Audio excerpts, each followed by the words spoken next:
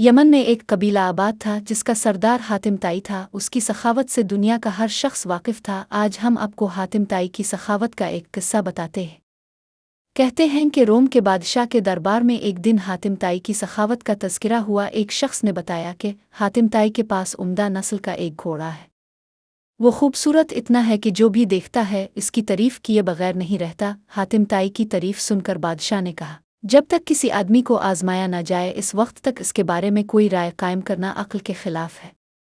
बादशाह ने वजीर से कहा कि तुम जाओ और हातिम ताई की सखावत के बारे में हमें मालूमात फराहम करो और उससे कोई ऐसी चीज़ तलब करो जो उसके लिए सबसे ज़्यादा अजीज़ और सबसे ज़्यादा कीमती हो। आप इससे इसका तेज़ रफ्तार घोड़ा तलब करें। बादशाह को दरबारी की ये बात पसंद आई। इसने वजीर से कहा कि तुम हातिम ताई के पास जाओ और इससे इसका घोड़ा मांगो। अगर वो घोड़े का इसार कर देता है तो हातिम ताई यकीनन सखी है। वजीर और बादशाह के दरबारी सफ़र तय करते हुए रात के वक्त हातिम ताई के घर पहुंचे। जिस वक्त ये लोग वहां पहुंचे मूसलाधार बारिश हो रही थी।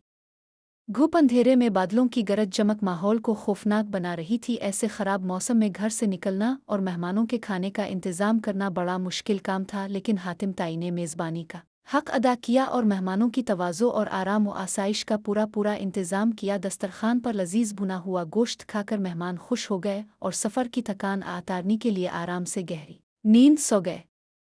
सुबह के वक्त बारिश थम चुकी थी और फिज़ा साफ हो गई थी। दरख्त धुले हुए और ठंडी हुआ चल रही थी। नाश्ते के दौरान वजीर ने मेहमान नवाजी का शुक्रिया अदा किया और कहा कि हमारे बादशाह के सामने आपके घोड़े की बहुत तारीफ की गई है। बादशाह चाहता है कि आप अपना घोड़ा उनकी खिदमत में नज़र कर दें। वजीर की बात सुनकर हातिम ताई अफसोस के साथ हाथ मिलने लगे और अफसुर्दा लहजा में कहा कि अगर आप घोड़ा लेने आए थे तो ये बात आते ही मुझे बता देनी चाहिए थी। लेकिन अब मैं मजबूर हूँ इसलिए कि मेरा प्यारा घोड़ा इस दुनिया में नहीं है।